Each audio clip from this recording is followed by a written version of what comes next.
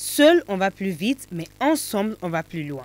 Cet adage se justifie une fois de plus par la tenue de cette rencontre de la CEDEAO sur la crise malienne.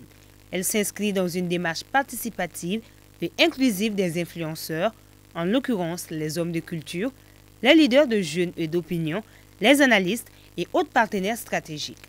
Il s'agit de définir en amont les mécanismes appropriés pour la mise en œuvre des actions d'urgence pour sauver le bateau Mali. Toutes les personnes présentes ici ont fait savoir ce qu'ils pensaient de l'attitude de la CEDEAO et surtout de la démarche qu'elle a menée jusque-là.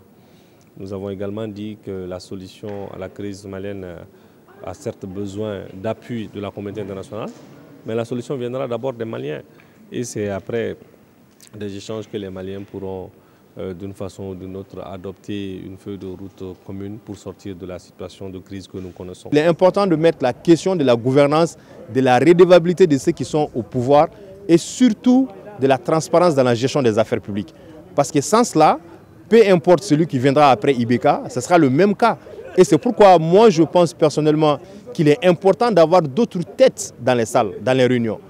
Je l'ai dit tout à l'heure, il y a des gens qui décident de la destinée du Mali depuis qu'on était à 3 millions de Maliens. Aujourd'hui, nous sommes à 20 millions. Depuis les années 90, ils sont là.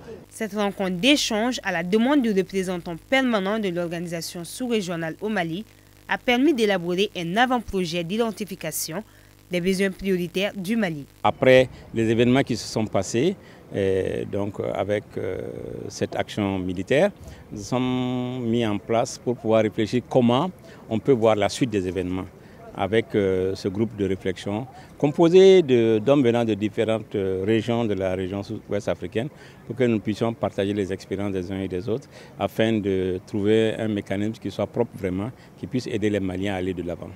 Le Nigeria et le Ghana, des pays anglophones représentés à cette rencontre, ont réitéré leur engagement à soutenir toute action susceptible de contribuer à la sortie des crises au Mali.